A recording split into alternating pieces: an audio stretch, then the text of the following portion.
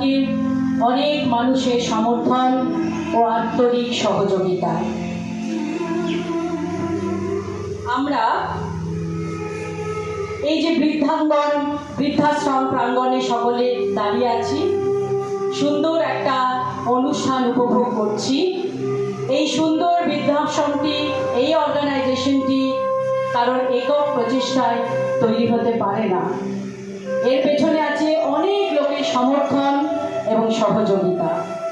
এই যে দেখছেন যে ছেলেমেয়েরা এখানে দাঁড়িয়ে সুন্দর একটি অনুষ্ঠান উপস্থাপনা করছে, তারাও একটি সংগঠনের ছেলেমেয়ে। সেটিও কিন্তু কোনো একক মানুষের পক্ষে পরিচালনা করা সম্ভব নয়।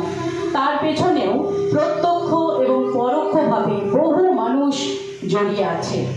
তবে হ্যাঁ, কিছু মানুষ চায় যার সাহসের সঙ্গে যারা এগিয়ে আসবেন এবং ঈশ্বর তার হাতে পতাকাটা তুলে দেবেন, তারা পথ দেখিয়ে নিয়ে যাবেন। রবি ঠাকুর বলেছেন, যারে পতাকা দাও তারে সেই পতাকা বহন করার শক্তিও তুমি দেবে। নগরলক্ষ্মী কবিতাটি রচিত হয়েছিল 1938 সালে। আজ আমরা দাঁড়িয়ে আছি 2025 সালে। অনেকটা দিন পেরিয়ে গেছি, কিন্তু দেখুন রবীন্দ্রনাথ ঠাকুর এতদিন আগে যেটা ভেবেছিলেন সেটা আজও কত প্রাসঙ্গিক। রবি ঠাকুরের কাব্য ভাবনা, তিনি কালোজয়ী। প্রণাম জানাই কালোজয়ী বিশ্বকবি রবীন্দ্রনাথ ঠাকুরকে। ধন্যবাদ।